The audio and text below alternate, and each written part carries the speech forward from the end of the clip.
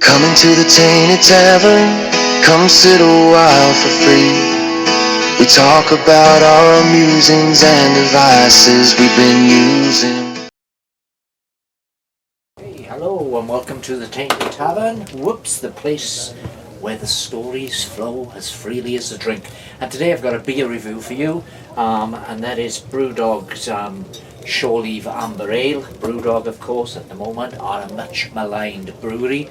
They were once the darlings of the craft brewing industry, but now they've gone absolutely massive. They've been bought out as well, and there's a lot of controversy in the press over recent months about the way the staff are treated, about their rather unethical advertising campaigns, and their claims to be an eco-friendly brewery are being debunked, and there's a big scandal about the Brewdog Forest. Just search in Brewdog into YouTube and you'll find several videos about the controversy surrounding Brewdog.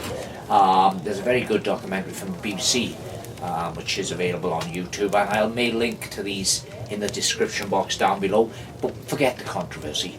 Today I'm just going to talk about this beer, how it tastes, what it does, and I also want to talk about Daredevil, the Marvel Comics superhero. I was brought up with comic books when I was a young kid. Growing up in the 70s, the comics was what I spent all my pocket money on. Mostly British comics, but there was a shop in Pennygraig, my local comic book shop, didn't stock the American titles. You know, you could get the likes of Battle, you could get Action, you could get 2000 AD, you could get Warlord, but for the American comics, or floppies as they know nowadays, I'd have to go over to Pennygraig, which is not too far away, but anyway, that's besides the point. I was brought up with comic books, and for Christmas this year, one of my sons purchased me a graphic novel of the Frank Miller Born Again Daredevil storyline, which I read when it came back out when it originally came out in the 80s in the old floppies. This is a great graphic novel, Daredevil Born Again, so I'll be talking a little bit about that.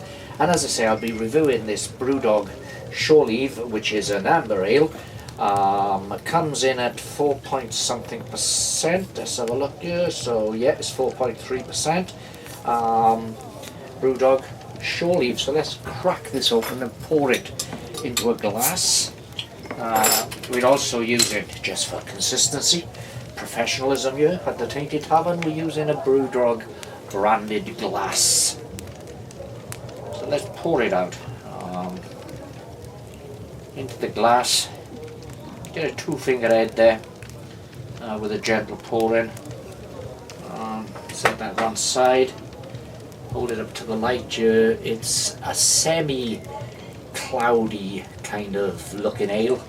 It's not an hazy, but it's sort of along the line of a pale ale to the nose. This to me is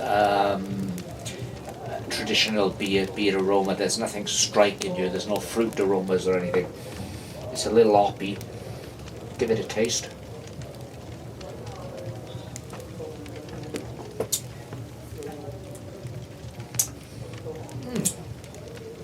It's got a thin mouthfeel. I don't think there's anything exceptional there. It's a little sour. It's not too bad. Anyway, let's top that up. Let's talk about this Daredevil now. As I say, the graphic novel collection here is part of Marvel's Premiere Collection. It's a rather handsome collection. It's got a foreword by Charlie Cox. Charlie Cox, of course, is the actor who plays Daredevil in the excellent Netflix Daredevil series, which ran for 3 seasons, and he's now continued playing the character in Daredevil Born Again, which has been brought into the Marvel Cinematic Universe and is shown on the Disney over here in the UK. Interestingly, the new series Daredevil Born Again has got nothing to do with Daredevil Born Again, the original graphic novel series. Some of the themes in Born Again, that is the Frank Miller novel year, graphic novel year, was used in season 3 of Netflix's Daredevil. but not the full scope of it, but a lot of it was used there. The Disney Born Again has got nothing to do with this. The Disney series, let's call it the Disney series, to avoid confusion. I know it's still part of Daredevil. It's got the same continuity from the 3 seasons that were on Netflix, and they're now all part of the Marvel Cinematic Universe. But just for the sake of this review for this chat, let's distinguish the series by saying Netflix's Daredevil and Disney's Daredevil. So the Disney Daredevil series, which is actually called Daredevil Born Again, they use Born Again not only because of the connection to this famous run from Frank Miller, which is often regarded as the best run ever on Daredevil, on the character Daredevil. The art in here is by, and I apologise if I pronounce the surname incorrectly here, but it's by David Mazzucchelli. I'm going to give you a quick random open up at the thing. You can see some of the artwork there. It's lovely drawn. It's a gritty story, and the artwork is suitably gritty to accompany the grittiness of the story. Frank Miller, it's the same with his Batman Dark Knight Returns, and also Year One, his later Batman Year One. He treats his characters as if they were real. Great writer, Frank Miller, great comic book writer. And his version of any comic book universe, such as the Batman universe, which he's worked on, off the picture. But Frank Miller is known as one of the top tier of comic book writers ever. Of course, Sin City, the wonderful movie, which is probably, to my opinion, the one comic book movie which has got closest to the feel of an actual comic book. And Sin City, of course, directed by Frank Miller, was based on Frank Miller's kind of crime noir stories. But Daredevil Born Again, Miller depicts New York's Hell's Kitchen in here, where Daredevil operates. He depicts it as grim, gritty, and strikingly real. So once you're between the covers, you can believe the world you are reading about is real. Also in the graphic novel, as I say, we've got a foreword by Charlie Cox. We've got an introduction then by Frank Miller himself. This is a new introduction which was written in 2024, and the Daredevil Born Again storyline, I believe, came from 80. I'm going to look that up, but I believe offhand it was 86. And this collects together issues 226 and 233 of the Daredevil. I can't see the actual date of original publication. We've got a date of 19.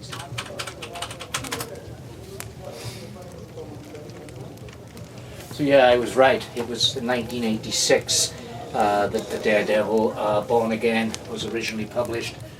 And the original Daredevil, of course, was first published back in 1964. Now, reading this as a collected book, as being called as a graphic novel, when it wasn't originally, the graphic novels didn't come about in terms of the way it was used until much later.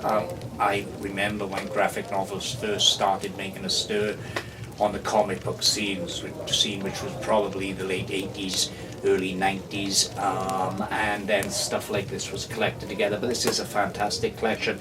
As I say, you've got the introduction from Charlie Cox, you've got the foreword from Frank Miller, and at the end of the book then, once you've gone through the story, you've got some pages, like a cover gallery, which shows some of the covers of the original comic books. You've got that, then you've got some artwork from the comic work in progress, and then you've got a script. The script is really interesting because you can see the way Frank Miller works. So this is a script for issue 223 in the Daredevil Born Again run, and it was called Armageddon, and it's really cool, the script here. You can even see corrections here which are done on the original manuscript. It tells us, tight in on Daredevil, and Nuke as Dee strikes Nuke straight, fingered in the solar plexus. Nuke shows no pain. It's Betsy, raised eye. Caption, don't give him a second. Caption, nerve center, feel it. like a fuse box, short circuit the caption, no good. It's just really interesting to read through this and see the way Frank Miller works. This is a great collection, highly recommended, as is the Disney Daredevil Born Again series. Nothing to do with this storyline, but that's really good as well.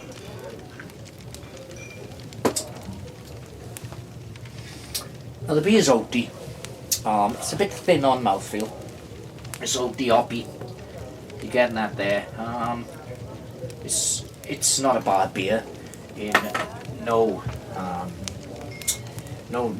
stretch of the imagination. It's not a bad beer. It's not particularly groundbreaking, and it's not particularly exhilarating either. It's a decent pint. Though the price on this bottle was about £2.50, which puts it in line with something like Fuller's London's Pride. You know, and Fuller's London Pride completely blows this out of the park. It's nowhere near got the quality of that, but it's a decent pint of beer. I mean, it's better than a famous amber ale, I think, or a well-known amber ale, which is big seller, is Doombar. I would say this is on a par with Doombar, if not maybe a little better than Doombar.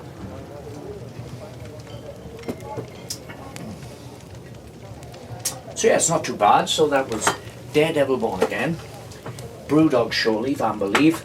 I'll see you soon. Come back for more videos. We've got so much more to talk about. Please give this video a thumbs up. Leave a comment below. Are you a fan of Daredevil Born Again? Are you a fan of comic books? What do you think of Frank Miller and David Mazzucchelli? And did I pronounce that right? And please subscribe. See you soon. Bye. Cheers. Yakida. Come into the Tainted Tavern, come sit a while for free. We talk about our musings and devices we've been using.